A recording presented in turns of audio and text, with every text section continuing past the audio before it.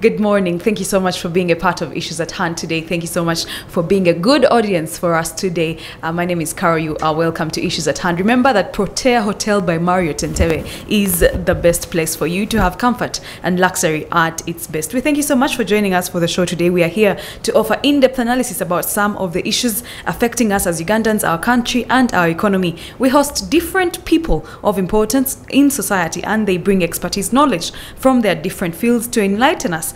They give us knowledge and also suggest possible solutions to some of the problems facing these different sectors that they come from. Many of the issues discussed here are usually worked upon by our leaders in government. For example, the traffic matters, like the major cause of the accidents, the border borders who were being asked to produce driver's licenses everywhere and around the country. We discussed that here, and it is going in place today.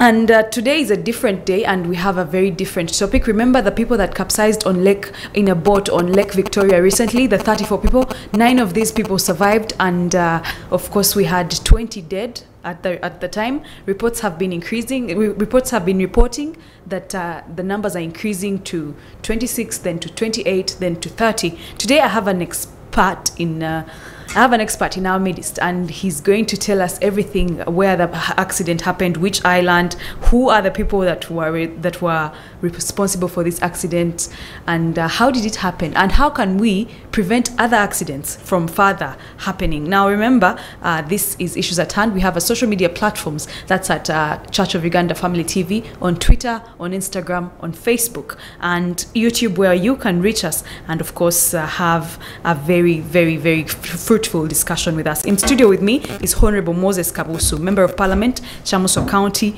Kalangala District. You're welcome, Honorable. Thank you for being with us. Thank you, Carol. Good morning, viewers, and I hope we shall interact nicely throughout the program.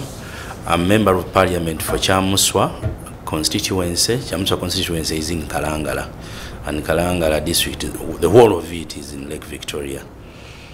These are islands. There are 84 islands.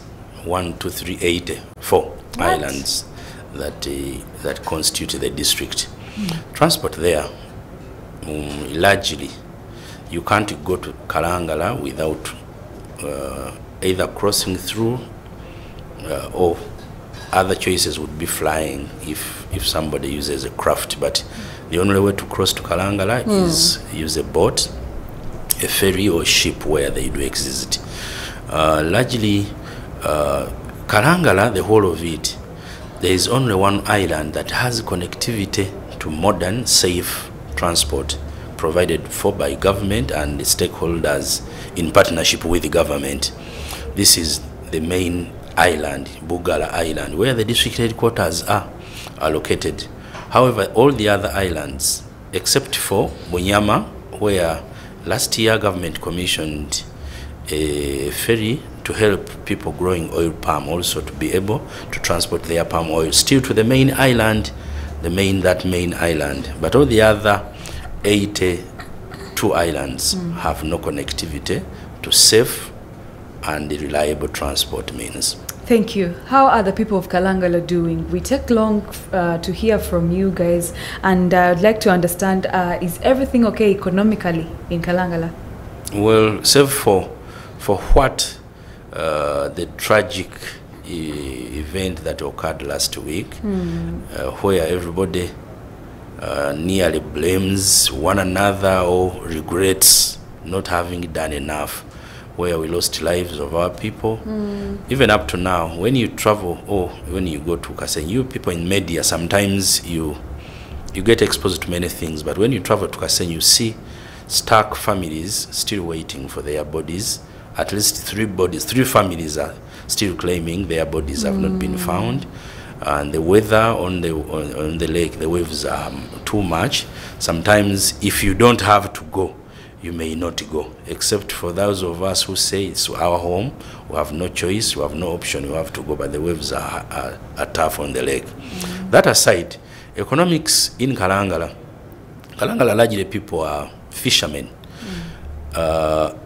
except of recent when they themselves also became indisciplined and defied the government directives and laws relating to catching fish, immature fish. And now government deployed security forces, including the UPDF, to hunt for them. And there is a serious hunt for them, including prosecution. Some hunting is brutal. That has hampered incomes of our people.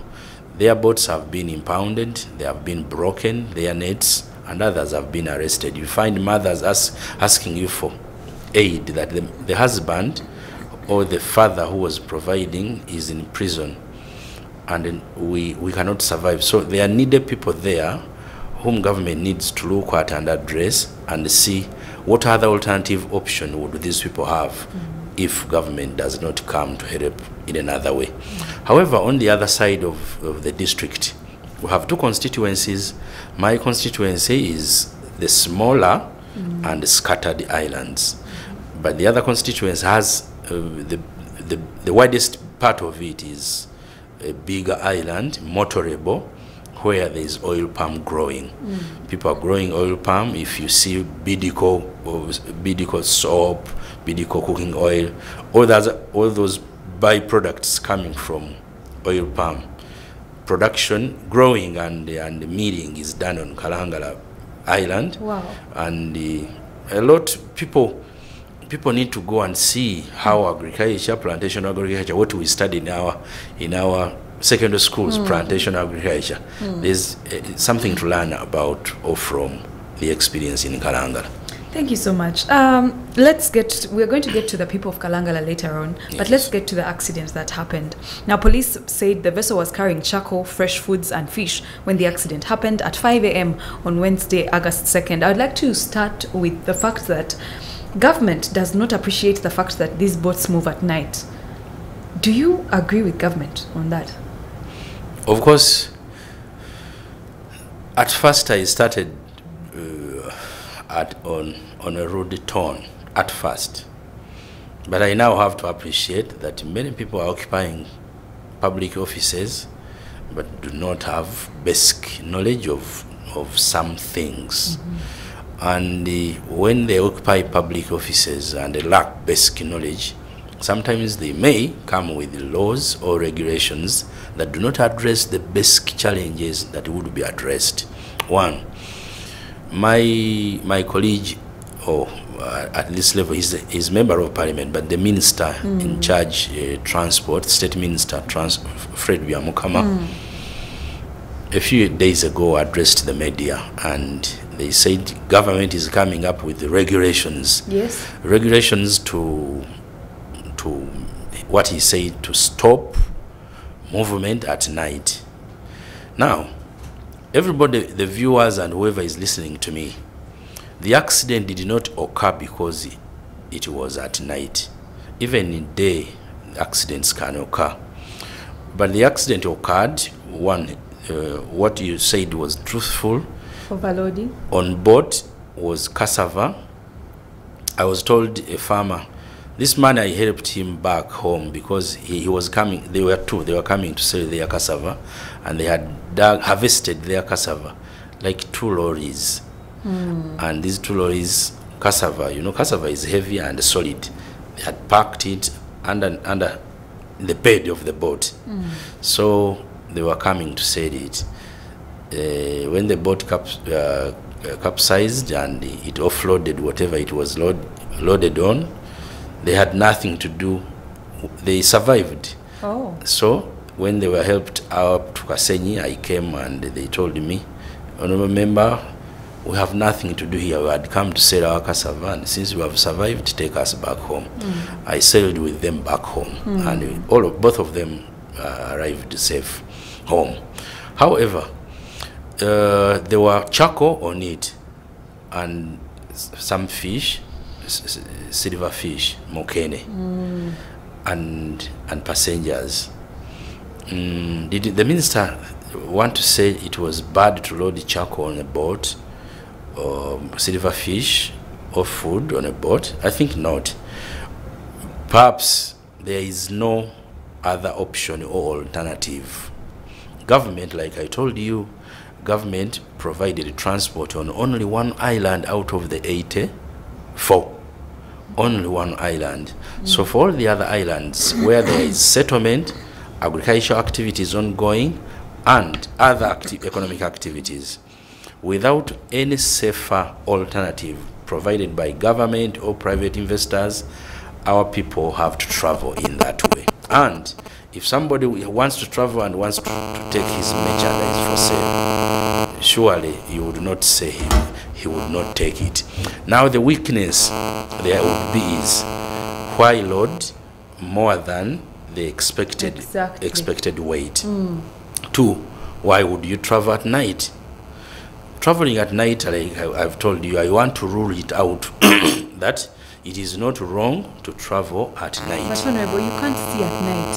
Even the people who are helping sail the boat, they don't have good vision for, especially the lake. If it was road transport, maybe we would say it's fair. But at night on a lake, you don't know where the waves whether the waves will be too many, or you understand. I'm sure you have this experience. We see them. You know, when you live light and you go in the darkness, so the environment near you will be visible. I say this because ever since I was 16 years, I'm now 45.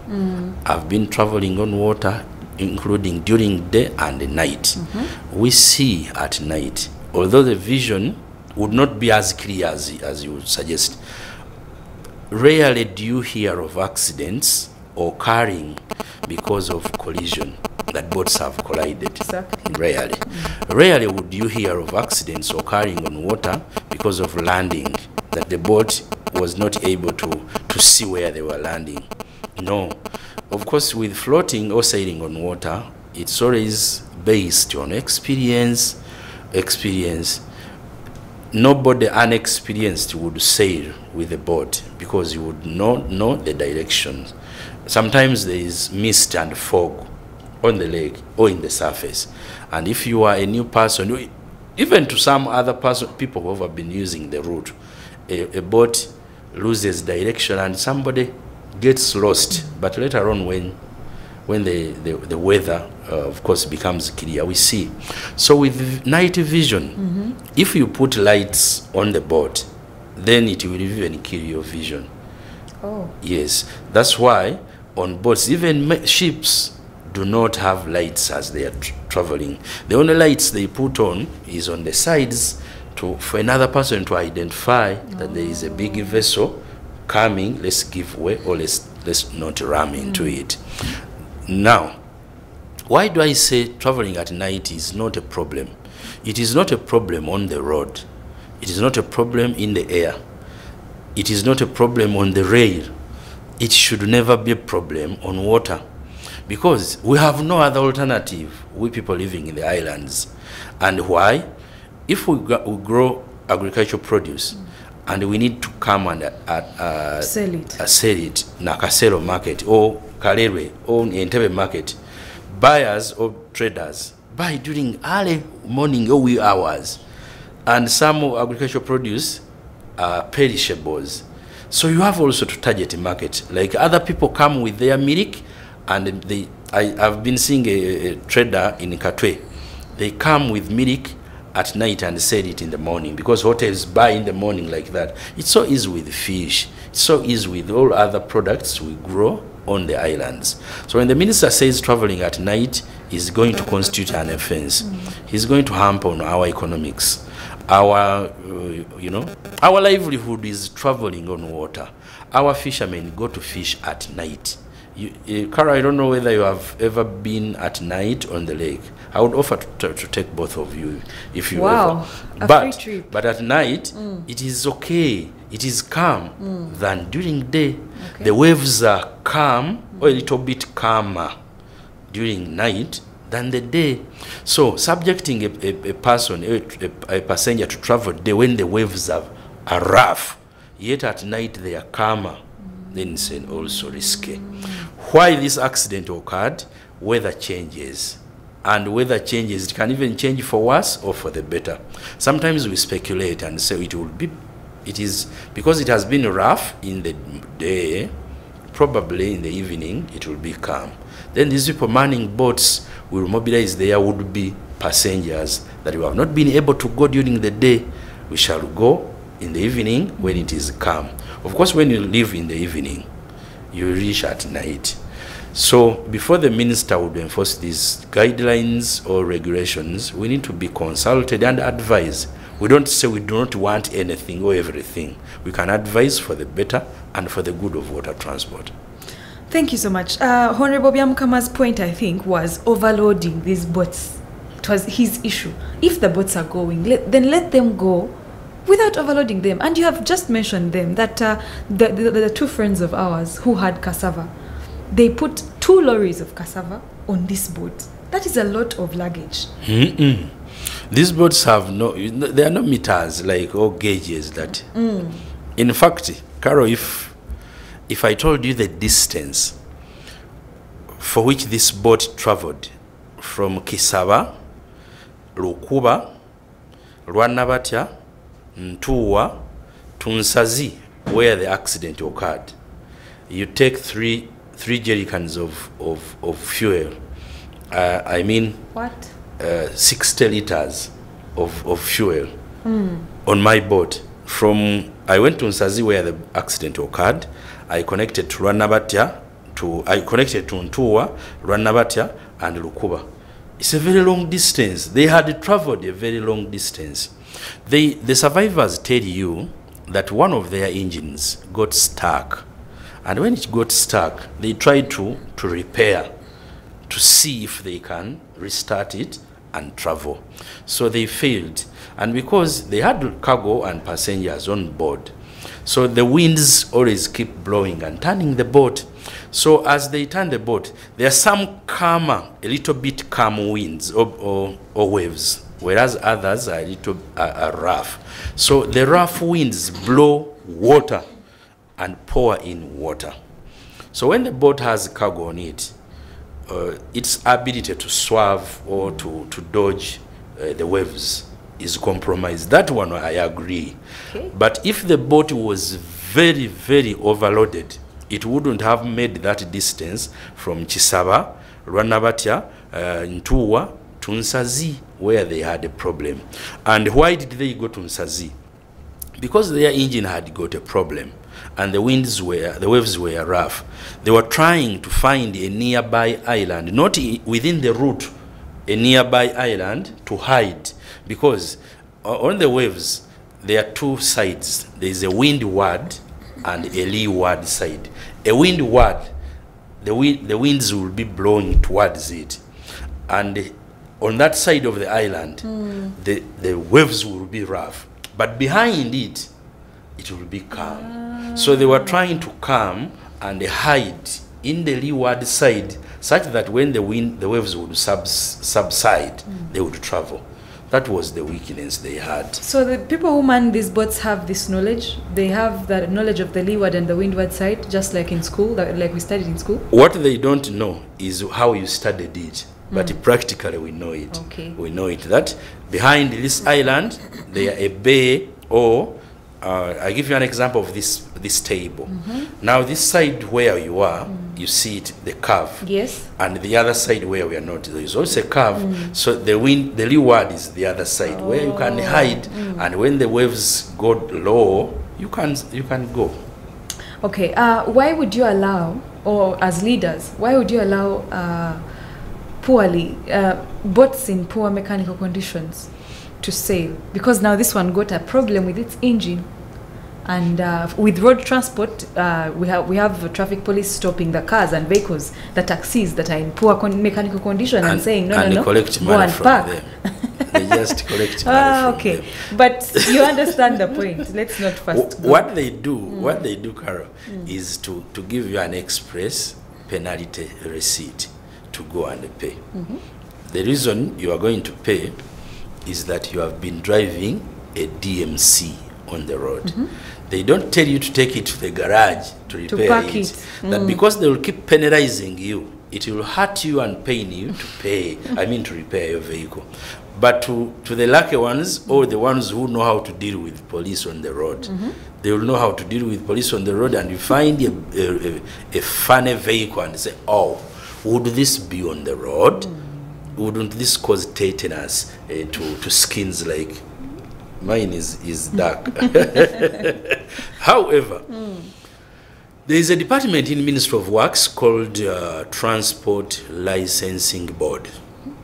This board examines and licenses both vehicles on the road.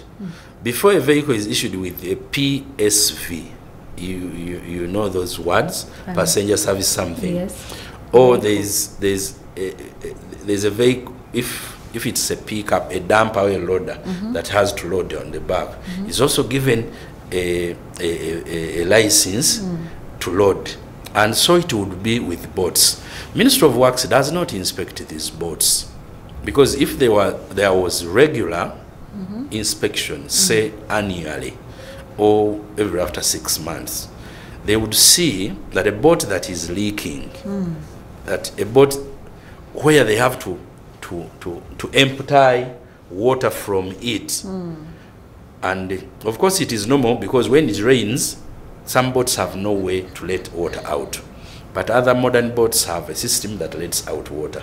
But these ones, if it has rained, the rain will collect in the boat, because it is built like a bowl and water will collect in.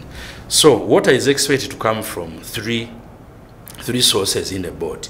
Rainwater, there is the water from the waves. Like I told you, the waves will keep, when they bump, the water flows in. But there should be a mechanism of emptying it in the boat. Not the modern, the ordinary rudimentary way, but we know that this boat has a mechanism of water coming to some collecting center, and they get it out. The other water leaks from the cracks. Most boats have cracks, and these cracks, because the boat owner will have to work today, he leaves at night, arrives at night. Leaves at night, arrives at night, and continuously, so he does not repair the boat. So that boat is susceptible to causing danger. So Ministry of Works, under their Transport Licensing Board, must regularly inspect these boats and issue certificates of seaworthiness.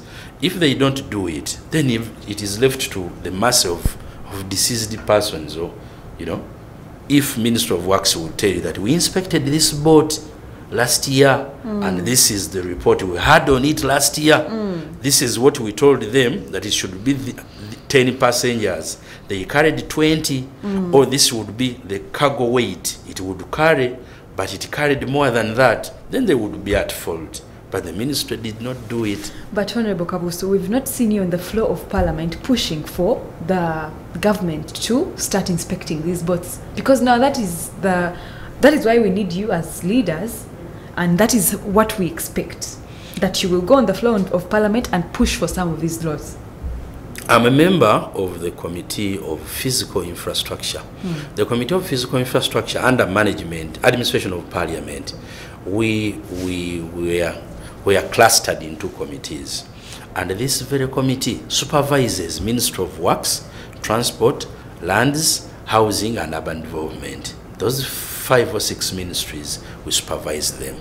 Now, we always interact with the ministers. Even yesterday, we were interacting with the Ministry of Works. Even the other day when the minister said they would issue regulations, we do interact too regularly with the ministry, and the ministry promises that they would do the inspection. May I tell you what is funny? Yesterday we were interacting with Ministry of Works and Transport, and the Speaker had directed us as our committee to interact with the ministry. They inform us their response towards both road carnage and water, because there were complaints about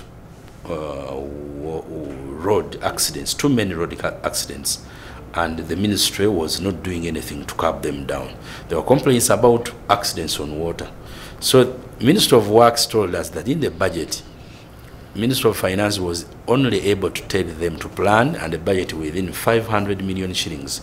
500 million shillings is too much money to an ordinary listener or viewer, but it is not enough to run the activities of supervising, inspection, and all that is done to stop.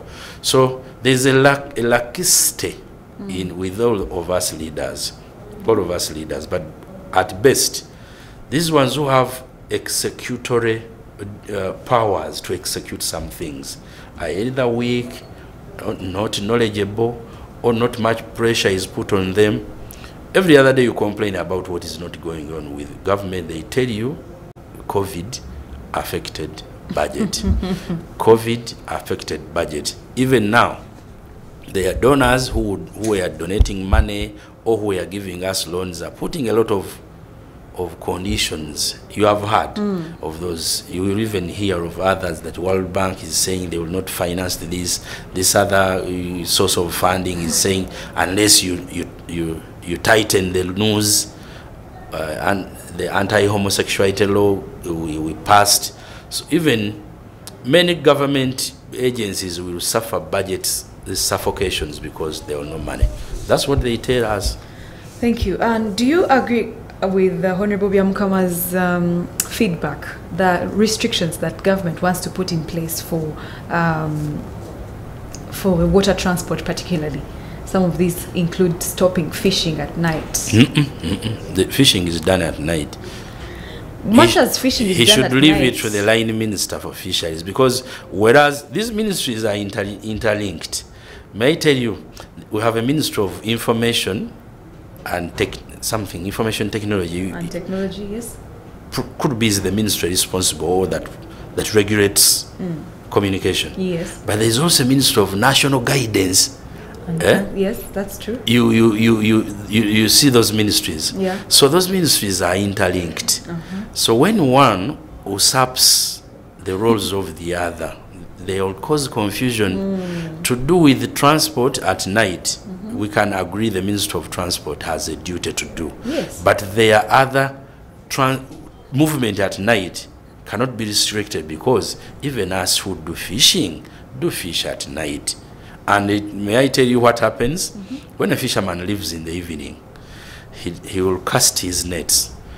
And when the nets are out or are over in the boat, they will anchor. They drop a heavy object like a stone or a metallic object, or to which is tethered a rope, a long rope. So the rope, the heavy object anchors on the bottom. So it is all tethered to the boat. So it keeps swinging until morning. So when you say being found swinging at night is also an offense, there are some things we need to advise each other. Everyone wants the better and for our people. Everyone wants for the better and for our people. But some of the regulations the minister is thinking about, or the ministry, are ambulatory, but they are not sustainable, or they will not sustain the livelihoods of our people. Thank you. Okay, we are going to go for a very, very short break and then return with more. We are still with the Honorable, and we are still discussing issues to do with water transport, fishing, and of course transport as in itself, because water is a kind of transport here in Uganda. Like I told you last week, we have railway. In Uganda, railway is not very common, but we have water transport, the road transport, and the air transport. And today we are looking at the road and at the water transport. My name is Carol. Please stay with us. We shall be right back. We are sponsored by Protea Hotel by Marriott Entebbe. Welcome back to Issues at Hand. You are still with us here on Church of Uganda Family TV. My name is Carol, and I'm still with the Honorable in studio, the Honorable Member of Parliament for. No. There are two constituencies. You said. Yes. Can we have their names again? Mine is Kyamuswa. Kyamuswa. But the one on the main island is Bujumba. Yes. Yes, I know Bujumba Island. Okay. So we are still with the Honorable Member Kabuusu of Kyamuswa sub-county. Kyamuswa constituency. Kyamuswa constituency. Yes, it has Kalangala 4 sub-counties. 4 sub-counties? Yes. How what's the population of that area? Not very big. For the whole district of Kalangala has less than 90,000 90,000 people as per the last census. It may be bigger today or it may have gone down, but the census rated less than 90,000 people. Okay, we have very few minutes to go. Now, Africa's largest lake, shared by Uganda, Kenya, and Tanzania, is Lake Victoria, and it has a surface area of 70,000 square meters. This is where the boat capsized. Now, hundreds died in the MV Nyerere passenger ferry which sank on the Tanzanian side of Lake Victoria. Remember, very many accidents have been happening. This is not the first, so it shouldn't scare us so much. But my problem is, what should government do in place of what Honorable Byamukama is suggesting? Yes, we hail Honorable Byamukama for, or the whole ministry, for coming out with measures to curb accidents on the water. But we also ask them as government to do, I'm going to state 4 things and quickly. 1, government should exempt engines that are used for big boat transports. The smaller engines are for agriculture or for fishing activities. That is for income. But like government exempted some of the agriculture related equipment. You see these people driving vehicles that carry milk. They have number plates. They are red in color. Yeah. That means they are exempted from tax. You see these box body vehicles carrying cool green of fish. They also bear red number plates. That means they are exempted. So the exemption we now seek from government is to exempt big engines. The big engines would be used for transport of passengers. And the reason why we ask that is that government has not been able to provide water transport, such that we persuade other service providers, private, to come and provide transport. An engine like mine, when parliament gave me money to buy a car, I needed a car, but I needed a safer boat. I bought my engine, I imported it from Dubai at 98 million. And I paid tax for it, 15 million. So 100 some million. If it is for me, for my personal transport. But if it was somebody doing passenger, he needs that, or even a slightly bigger than that.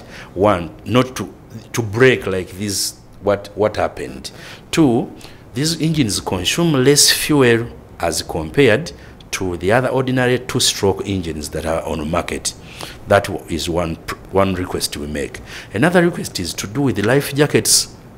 You know, when they told you that some people survived, those who survived wore life jackets or had life jackets. And all these bodies who have been retrieving did not have life jackets. So government, like it is doing, we think government can donate life jackets to all water users, or they can give it to boat owners, or they can exempt tax.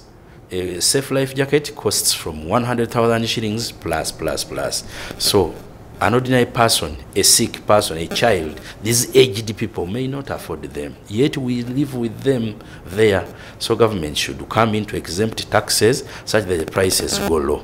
The last thing is, since government has not given us interconnectivity transport, can government identify or call upon private investors, or you private investors, you people who have money, and you are listening to Church of Uganda, watching Church of Uganda television, we invite you to come to and establish water transport. Water transport in Tanzania, in Dar es Salaam, in Bukoba, in Mwanza, private individuals do this business. Please come. It is a lucrative business. You won't lose your investment. You come. We show you. We take you around and see where there is market, and we work together to save our people. So when these private investors come, we ask that government exempts them from some taxes such that they can provide safe transport to our people. Okay. But we also call upon our people, don't be lazy, be vigilant. The accidents eat you. You guys, it is you dying, not me, not government, not Byamukama, not Katumba Wamala. It is you to die. If a boat is overloaded, don't board it. If you don't have a life jacket, don't go or buy it. If it is at night and you think you should have traveled during the day, wait when another boat travels at day. And don't be mean. Don't be mean. God has given you life. I'm speaking as a preacher of church. God has given you life. Value it, cherish it. If you don't, the lake will take you. Interesting. Lastly, in like 1 minute, has Marine Police done its best? They don't have capacity. I don't want to discuss their weaknesses. I had Bamunoba, the commandant Marine Police, saying they don't have boats, they don't have engines, they don't have fuel, they even don't have manpower. Their boats are small, others are dilapidated, their engines are old. Government should also value, like they are doing on tear gassing things. These other vehicles are doing tear gas. They should put some budget to equip Marine Police for rescue and maybe for response where there is need. Wow, very interesting experiences there. We hope that taxes will be cut down like Honorable has requested. Can we call upon anybody who can help? There are some families at Kasenyi.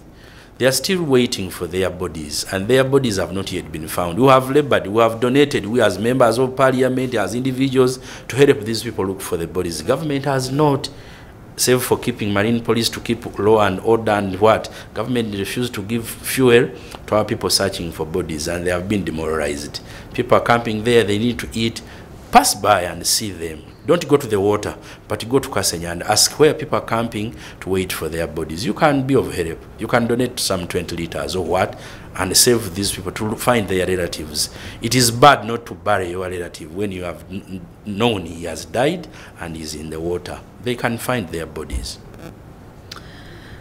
My greetings go out to the social media team of Church of Uganda Family TV, Nancy Kemchisha, Brinko Ategeka, Karugaba Derek, Jeremiah, and everyone else, as well as production crew today that I worked with, Edwin Mkalazi, Shama David, and Didmas in the control room. My name is Nowamani. Thank you so much for keeping it Church of Uganda Family TV. Till next time, bye-bye.